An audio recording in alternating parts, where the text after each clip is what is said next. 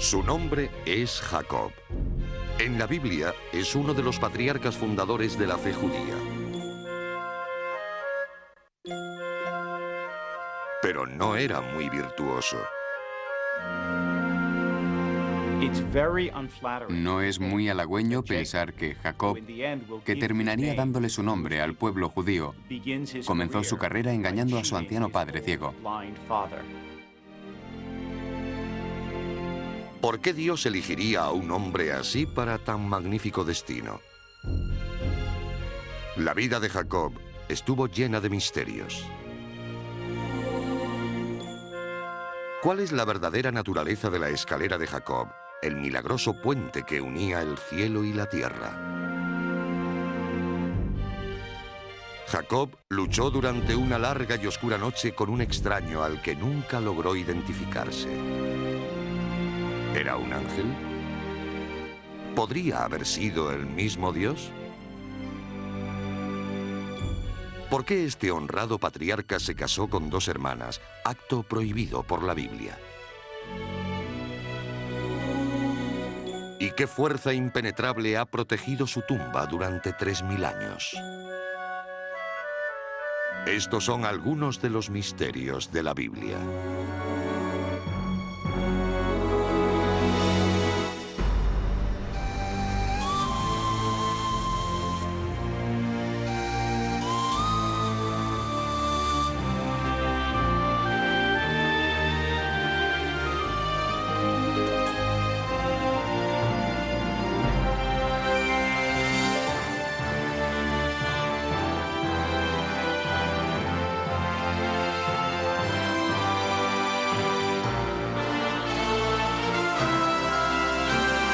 Misterios de la Biblia.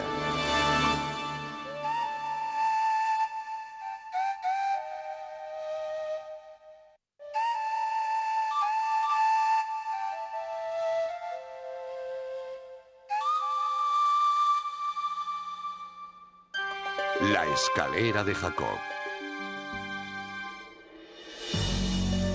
Primer acto: destino y engaño.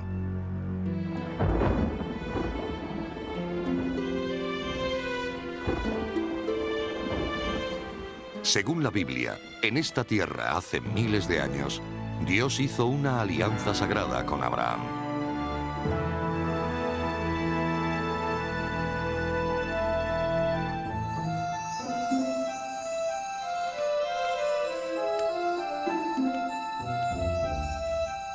Y sacándolo fuera, le dijo: mira al cielo y cuenta, si puedes, las estrellas. Así de numerosa será tu descendencia. Génesis 15:5.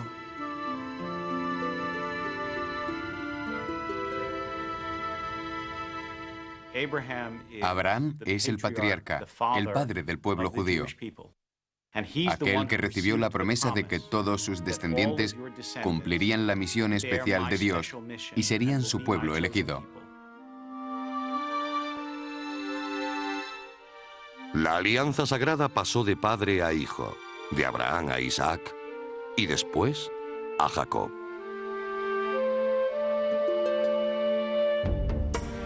Pero la historia de Jacob es una de las más controvertidas de la Biblia.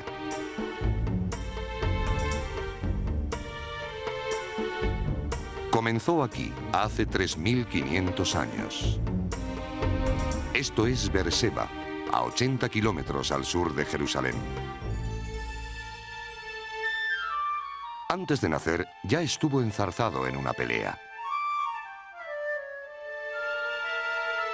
Él y su hermano Esaú compartieron el útero de su madre, Rebeca, a la que atormentaron.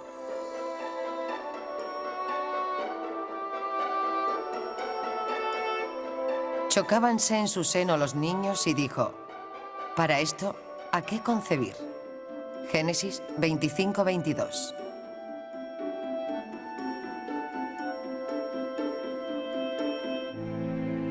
Esta lucha en el útero ha intrigado a los lectores durante miles de años. Los comentaristas buscaron un significado y una posible justificación en las leyendas recopiladas en el Midrash y en las enseñanzas del Talmud.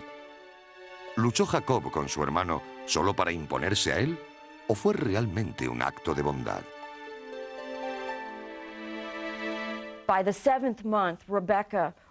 En el 6º mes de embarazo, Rebeca solo quería que le sacasen a aquellos dos monstruos de su interior.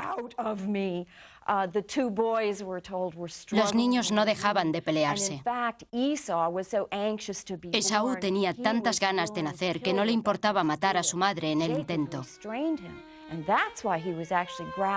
Jacob le contuvo, por eso le cogía, en un intento de evitarle sufrimiento a Rebeca.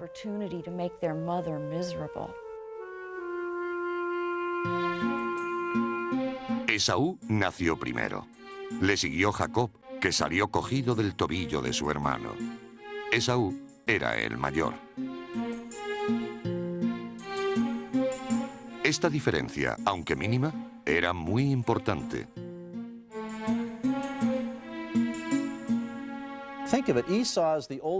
Esaú era el hijo mayor, y en el mundo antiguo el mayor era invariablemente el heredero, el que tenía privilegios especiales, el líder de la familia.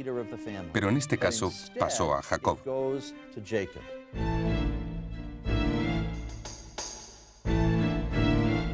Lo que Jacob no heredó por derecho, lo logró con astucia. Los hermanos alcanzaron la madurez desarrollando diferentes personalidades y hábitos. Esaú se convirtió en un diestro cazador, un hombre de campo. Jacob se quedaba en casa, entre fogones. Fue allí donde Jacob encontró su oportunidad de desplazar a Esaú.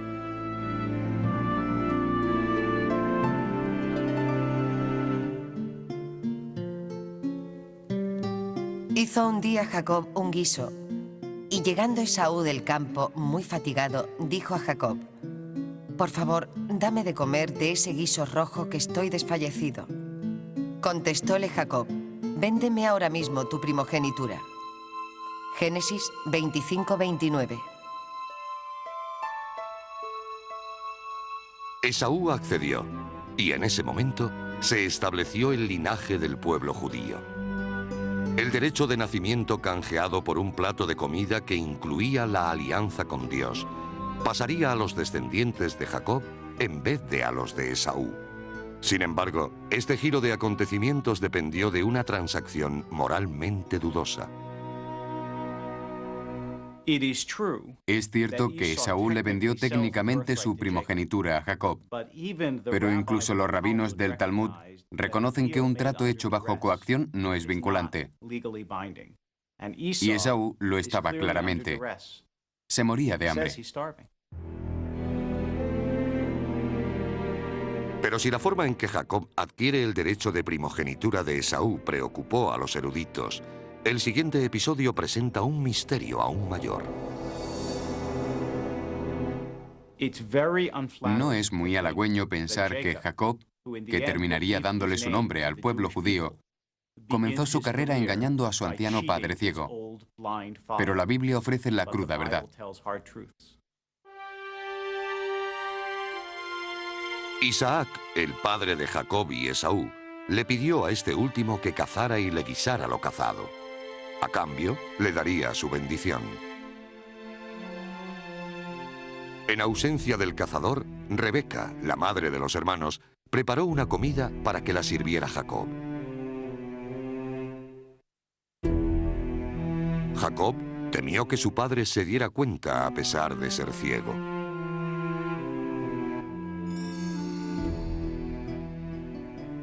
Mira que Esaú, mi hermano, es hombre velludo y yo soy lampiño. Y si me toca mi padre, apareceré ante él como un mentiroso. Génesis 27:11. Rebeca planeó una ingeniosa solución. Cubrió las manos y el cuello de Jacob con piel de cabra.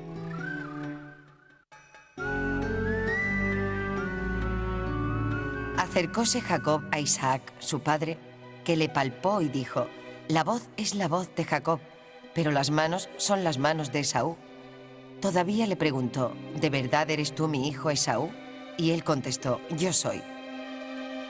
Díjole después Isaac: acércate y bésame, hijo mío. Génesis 27-21.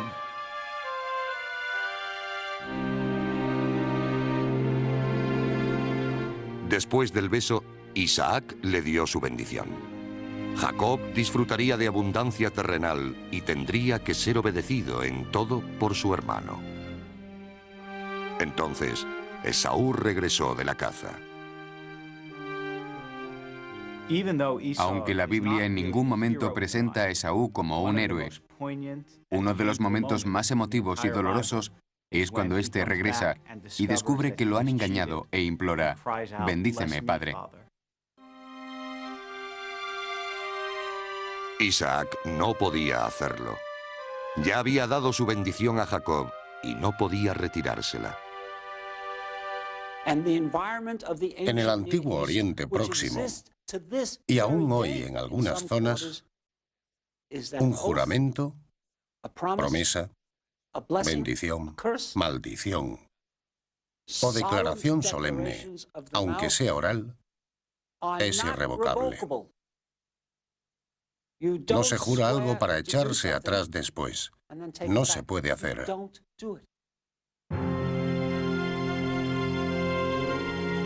Las generaciones de eruditos que reflexionaron sobre este incidente propusieron otra posibilidad.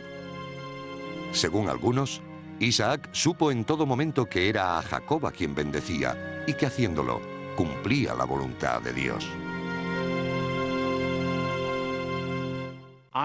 Isaac era anciano y ciego, pero como cualquier padre conoce a sus hijos. Ha habido una línea de interpretación que sugiere que cuando le dio la bendición a Jacob, aunque no lo admitiera, sabía exactamente lo que estaba haciendo. Sin embargo, aunque Isaac no se dejara engañar por Jacob, lo cierto es que el hijo lo pretendió. Para muchos lectores, la propia indignidad de este acto confirma la fiabilidad del relato de la Biblia.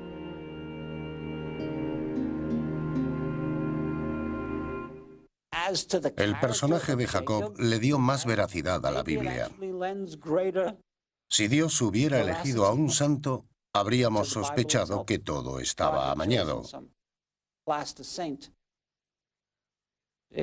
En todos sus personajes hay gente real, y la gente real hace cosas reales. Y esas cosas no son necesariamente morales y puras. El drama humano se precipitó. Esaú se enfureció por lo que había hecho su hermano. En un intento por escapar de la furia de Esaú, Jacob huiría a un aterrador páramo.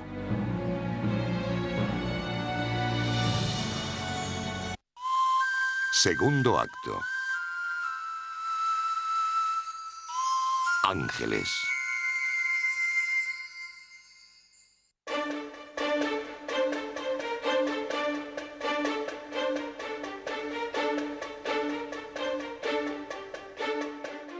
Concibió Esaú contra su hermano Jacob un odio profundo por lo de la bendición que le había dado su padre, y se dijo en su corazón: cerca están los días del duelo por mi padre. Después mataré a Jacob, mi hermano. Génesis 27:41. Para salvar a uno de sus hijos de la muerte y al otro de convertirse en asesino, Rebeca envió a Jacob a casa de su tío en Harán, lejos, en el norte. No fue un viaje fácil. Poco después de abandonar Berseba y la llanura sobre la que descansa, se encontró en un terreno difícil y extraño.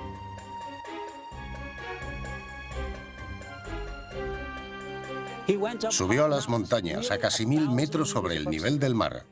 Estaba en un territorio totalmente distinto física y emocionalmente al lugar donde había crecido.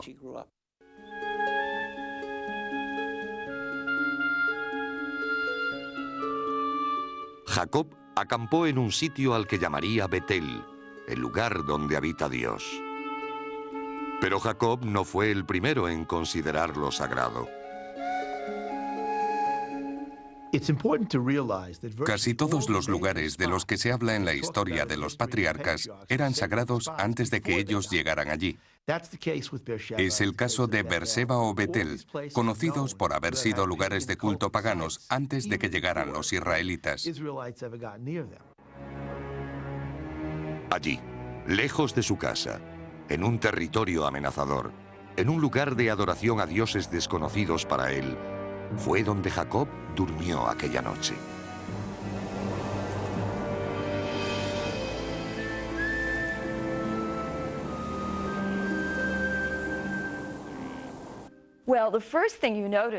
Cuando Jacob llegó a Betel tenía miedo, era vulnerable. Tuvo que dormir a la intemperie. Sabemos que Jacob era un hombre de casa, no de campo. No le gustaba estar al aire libre y no iba preparado. Temía ser víctima de un ataque demoníaco.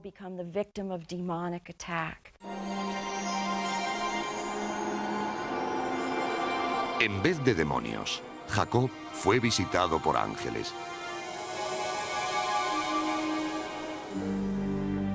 Tuvo un sueño en el que veía una escala que, apoyándose sobre la tierra, tocaba con la cabeza en los cielos y que por ella subían y bajaban los ángeles de Dios.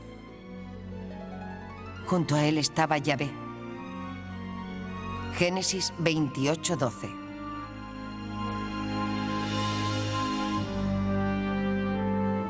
Dios habló con Jacob. Le prometió protección y le anunció que a través de él y su descendencia, la alianza sagrada se convertiría en la fe de un gran pueblo.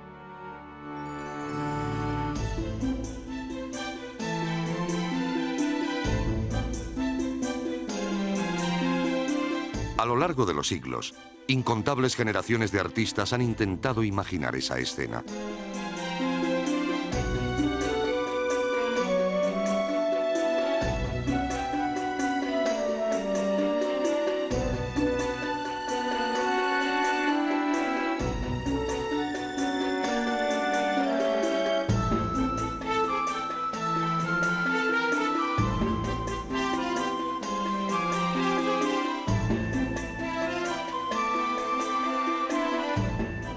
¿Cómo sería la escalera de Jacob? La palabra hebrea maslu significa rampa. Si pensamos en una escala, nos imaginamos a gente trepando, pero no se trataba de eso, era una rampa, una especie de camino hacia el cielo. Algunos han pensado que la escalera de Jacob fue en realidad en un zigurat, un tipo de pirámide escalonada, frecuente en el antiguo Oriente Próximo. Cuando Jacob se despertó de su milagroso y misterioso sueño, hizo un juramento en el que puso condiciones a Dios.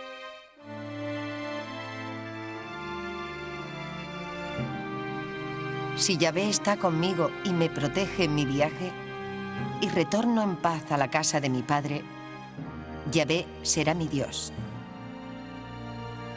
Génesis 28:20.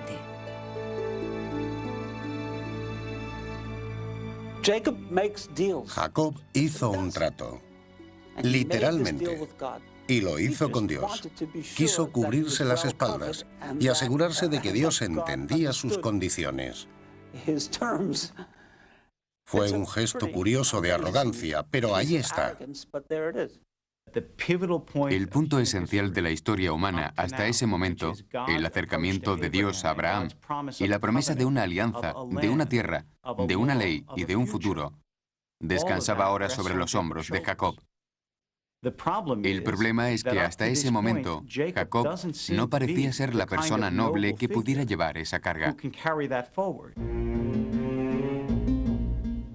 Jacob estaba a punto de comenzar una nueva fase de su vida que le pondría a prueba de una forma inesperada. Reanudó su viaje y llegó a la casa de su tío, Labán. Labán tenía dos hijas, Lía y Raquel. Raquel cautivó a Jacob y le abrió un nuevo mundo. Cuando conoció a Raquel, se enamoró de ella en el acto. Es entonces cuando comenzamos a entender el lado noble de Jacob. La persona ambiciosa y confabuladora también tenía un gran corazón y era responsable de su destino. Encontró a la mujer que creyó que tendría un papel clave en ese destino y no se equivocó.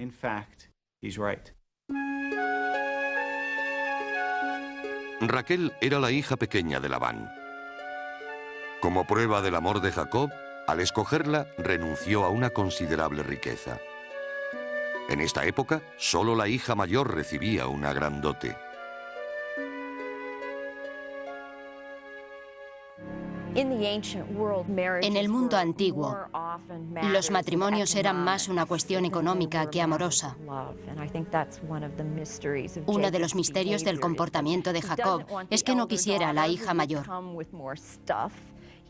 Quiso a la pequeña aunque no tuviera tantas ovejas. Para obtener el derecho a casarse con Raquel, Jacob accedió a trabajar para Labán durante 7 años. Y no lo vio como una carga.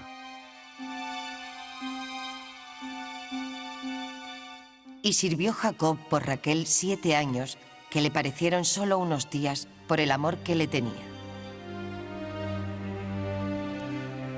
Génesis 29:20.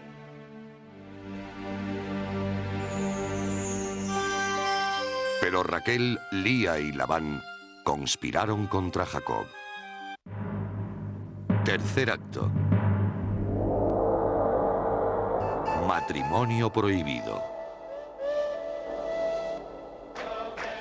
Hoy, 3.500 años después de Jacob y Raquel, es el novio el que coloca el velo del matrimonio sobre su prometida en las bodas tradicionales judías. La leyenda dice que es por lo que le hicieron a Jacob en la noche de su boda. En las bodas antiguas, era común mantener separada a la novia y hacer una fiesta que duraba de 7 a 10 días. Durante ese tiempo se cubría a la novia con un velo.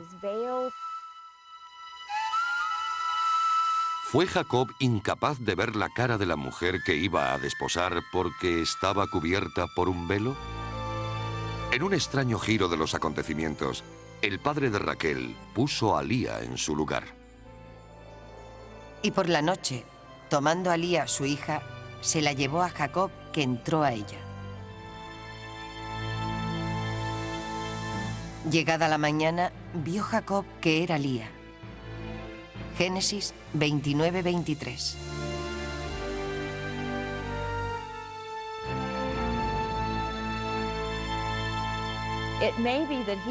Puede ser que estuviera tan emocionado porque habían pasado los 7 años, que no se diera cuenta. El hecho de que las novias vayan normalmente con velo, señal de su estatus de casadas, hizo posible que Labán aprovechara el momento para hacer el cambio.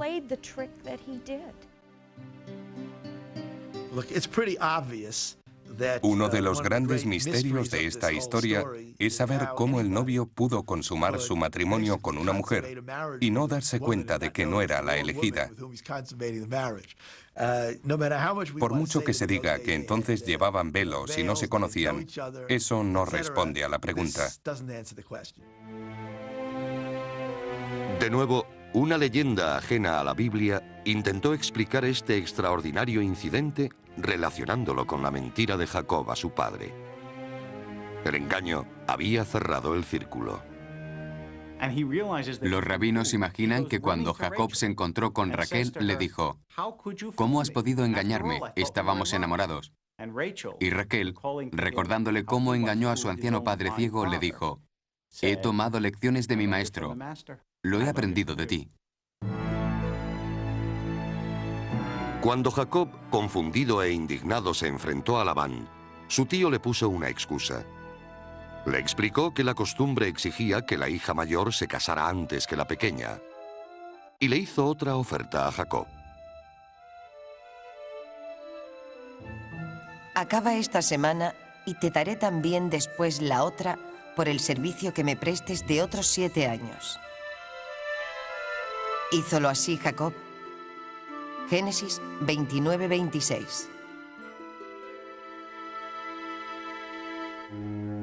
Aunque pueda sorprender al lector moderno, la bigamia era práctica común en la antigüedad. Pero casarse con dos hermanas era una práctica especialmente prohibida en la Biblia. Es uno de los grandes misterios de la Biblia, y así se considera en las fuentes del Talmud, porque hablan de lo que llaman el misterio del matrimonio prohibido.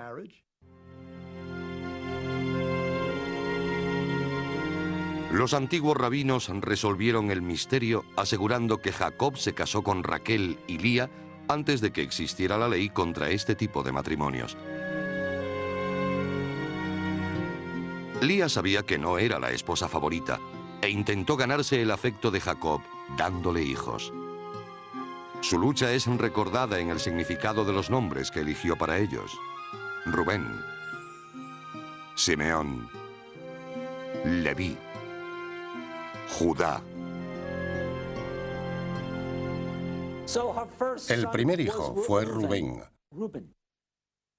llamado así porque, según ella, Dios había comprendido su desgracia.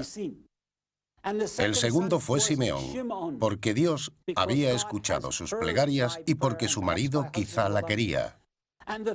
El tercero, Leví, porque Dios la protegía. Y el cuarto, Judá, porque el Señor la había escuchado y su marido la quería. Entre Lía y Raquel se desarrolló una extraña competición. Lía continuó teniendo hijos, mientras que Raquel, la favorita de Jacob, seguía estéril. Finalmente, en su desesperación por darle un hijo a Jacob, Raquel envió una criada en su lugar. Jacob aceptó a la doncella y de la unión nacieron dos hijos más. Lía respondió enviando otra criada a Jacob, con la que tuvo otros dos varones. Lía concibió a su vez tres hijos más. Finalmente, las plegarias de Raquel fueron escuchadas. Acordóse Dios de Raquel, la oyó y la hizo fecunda. Concibió pues y parió un hijo y dijo: Dios ha quitado mi afrenta. Génesis 30-22. Además de la angustia e intenso drama humano, se estaba consumando un destino que tendría un profundo efecto en la historia. Según el relato bíblico, la rivalidad daría lugar a los 12 hijos de los que saldrían las tribus de Israel. Mientras las esposas y criadas de Jacob le daban hijos, también fue recompensado de otras maneras. Vino a ser Jacob rico en extremo, dueño de numerosos rebaños, de siervos y siervas, de camellos y asnos. Y Yahvé le dijo: vuélvete a la tierra de tu padre, que yo estaré contigo. Génesis 31:3.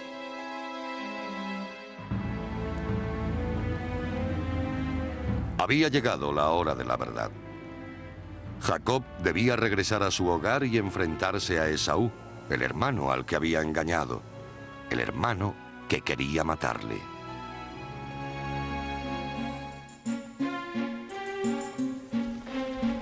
Levantóse Jacob e hizo montar a sus mujeres y a sus hijos sobre los camellos, y llevando consigo todos sus ganados y todo cuanto en Padán Aram había adquirido, se encaminó hacia Isaac su padre a tierra de Canaán. Génesis 31:17. Jacob no sabía cómo sería recibido por su familia. ¿Le habrían perdonado o su hermano Esaú seguiría sintiendo odio y sed de venganza?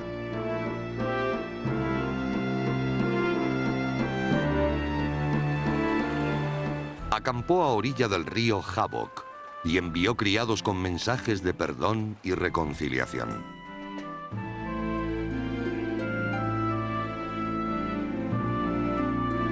Pero estos regresaron con alarmantes noticias. Esaú se aproximaba acompañado de 400 hombres. Con la esperanza de aplacarlo, Jacob mandó un regalo a su hermano: un gran rebaño de ovejas, cabras, camellos y asnos. Jacob puso a su familia a salvo al otro lado del Jabbok y regresó a lo que pensó sería una noche de soledad. Estaba equivocado. Estaba a punto de encontrarse con un misterioso adversario y de enzarzarse en una lucha que definiría la naturaleza de su legado. Durante miles de años, eruditos, poetas y místicos han intentado desentrañar este misterioso, inquietante, oscuro e inescrutable episodio y descubrir qué había realmente en esta visión que influyó tanto en el resto de la Biblia y a través de ella en el resto de la civilización.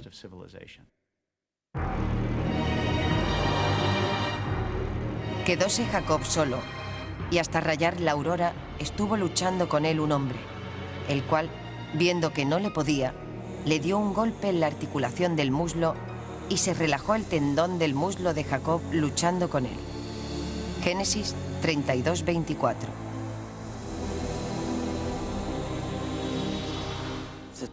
El texto dice que se encontró con un hombre.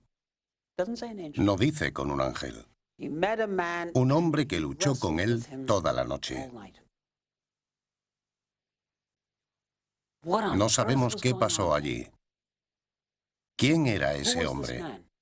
Es imposible imaginar que Jacob luchara con Dios.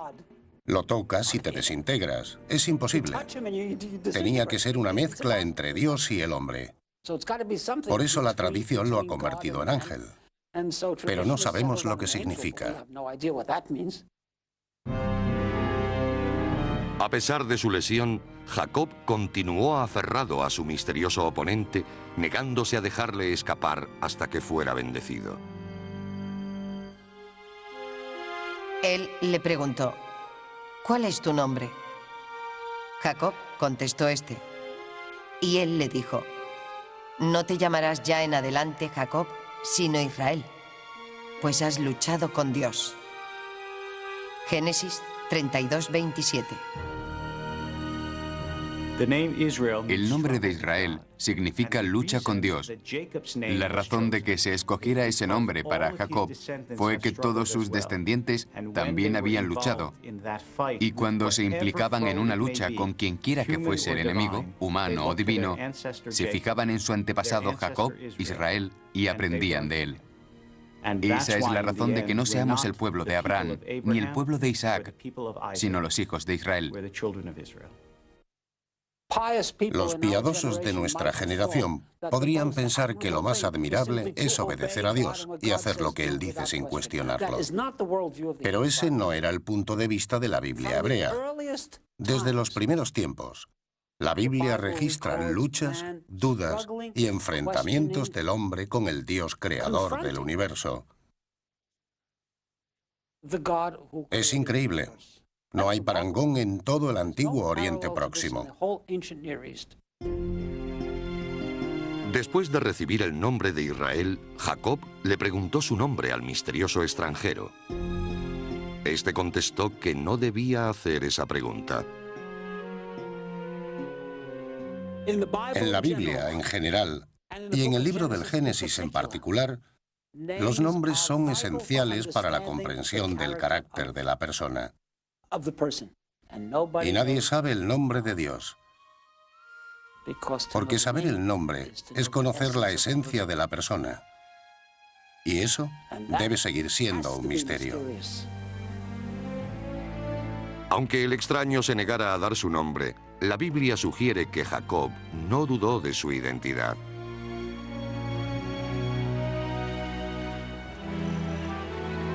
Jacob llamó a aquel lugar Panuel, pues dijo: he visto a Dios cara a cara y ha quedado a salvo mi vida. Génesis 32:30.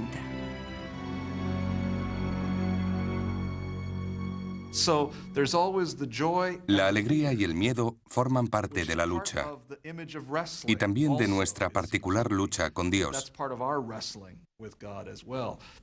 Cuando nos encontramos con Dios, es una experiencia maravillosa y aterradora a la vez. Esto ha tenido mucho poder en las vidas de mujeres y hombres de Dios. Cuarto acto. Las 10 tribus perdidas.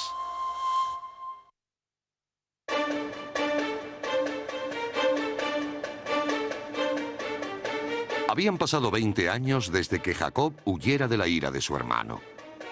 20 años desde que engañara a su padre para conseguir la bendición destinada a Esaú. Jacob cruzó el río Jaboc y se preparó para enfrentarse a su hermano y a los 400 hombres que le acompañaban.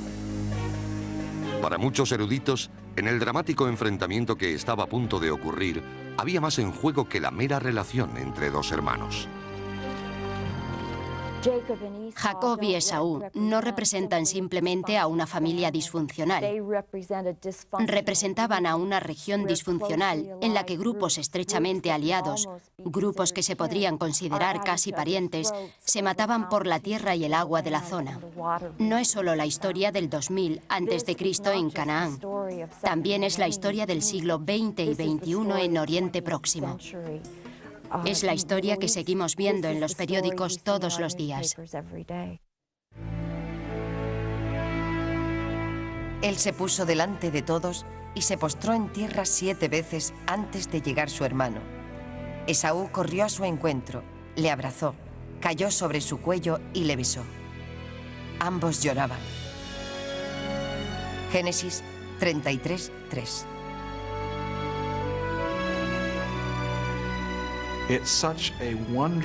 Fue una época maravillosa de perdón y paz. El autor de esta historia está levantando una rama de olivo, la esperanza de que esas dos personas podían abrazarse y vivir juntas en paz. Es uno de los momentos más esperanzadores de la Biblia.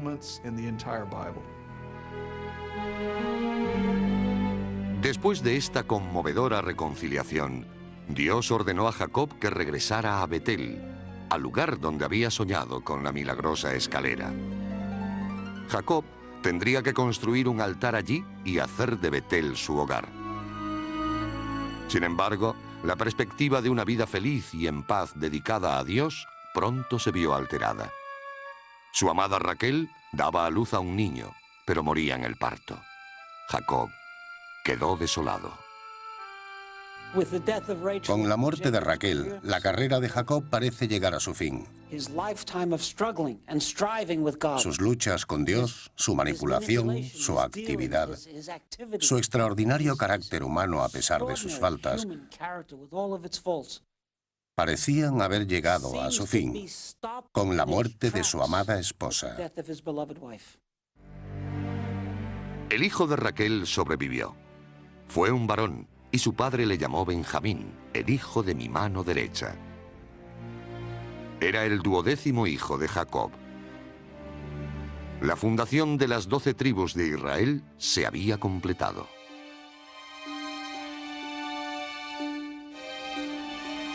Pero la historia de Jacob, con profunda influencia en la historia y la civilización, ha dejado pocas pruebas físicas. Quizá esto hace que los lugares identificados sean más sagrados y emotivos. La tradición dice que fue aquí donde Raquel murió. Hasta nuestros días, las mujeres que quieren quedarse embarazadas visitan la tumba de la mujer que deseó darle hijos a su marido.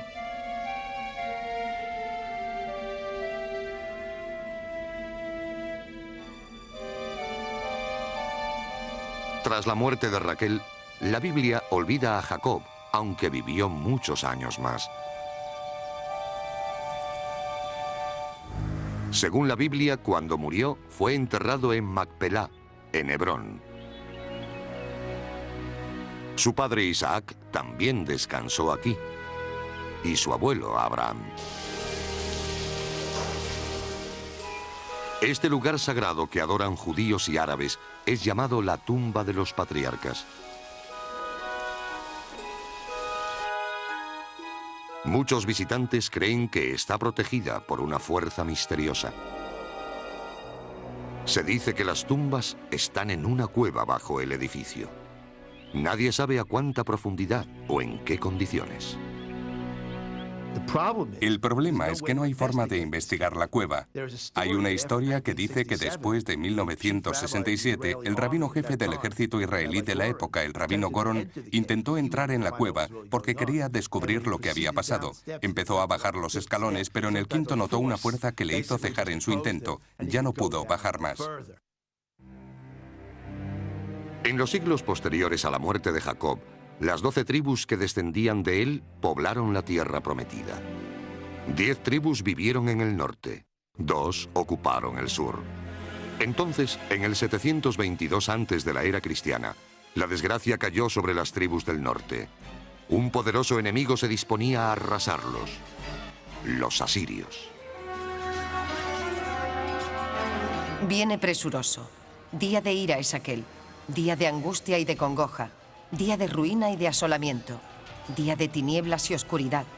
Día de sombras y densos nublados.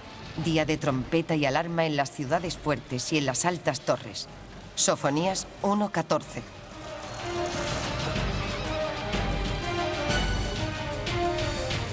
Como parte de su esfuerzo por aniquilar a Israel, los conquistadores expulsaron a la población de sus tierras y los llevaron al cautiverio en Asiria. Sin embargo, la leyenda insiste en que los exiliados no perdieron su identidad y finalmente lograron establecer nuevos asentamientos en algún lugar fuera de Israel. Una de las preguntas más fascinantes en los estudios históricos del antiguo Israel se centra en esta deportación a Siria, las llamadas 10 tribus perdidas de Israel. ¿Qué ocurrió con ellas? El misterio ha atormentado a innumerables generaciones de eruditos, místicos y soñadores que han recorrido el mundo en busca de las tribus perdidas. En tiempos modernos, el tema alcanzó proporciones absurdas cuando empezaron a decir que los ingleses, los esquimales o los indios formaban parte de las 12 tribus. Puede que los arqueólogos descubran algún día pruebas concluyentes del destino final de las 10 tribus perdidas. Sin embargo, puede que nunca se resuelvan otros misterios de la vida de Jacob, porque el misterio es un elemento intencionado de la Biblia.